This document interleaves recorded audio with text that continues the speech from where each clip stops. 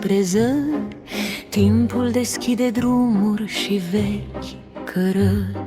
În pașii luminii ce curg peste noi se naște speranța din visul în doi.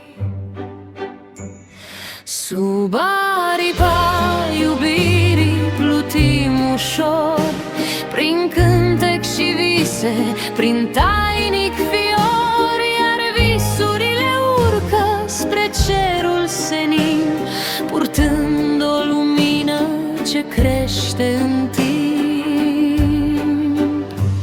Ai fost lângă mine în nopți și în zi, ca steaua ce știe doar să vegheze și a fi în taina luminii ce cade încet. Rămâi promisiunea ce-mi liniștește sufletul discret.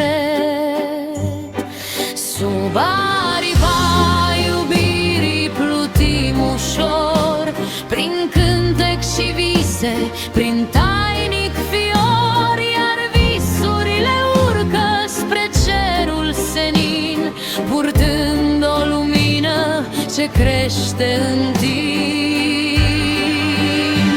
Chiar dacă distanța se așterne între noi, rămâne o rază ce revine înapoi, și în fiecare clipă ce trece ușor se simte chemarea ce naște un dor.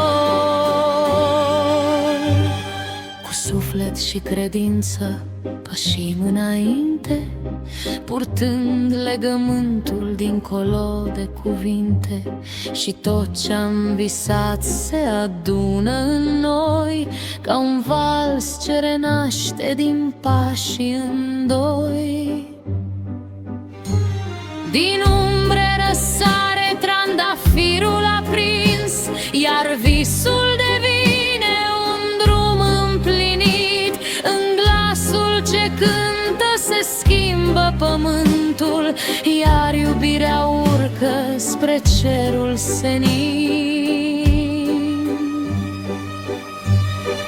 Sub aripa iubirii plutim ușor, prin cântec și vise, prin tainic fior, iar visurile urcă spre cerul senin, purtând o lumină ce crește în timp.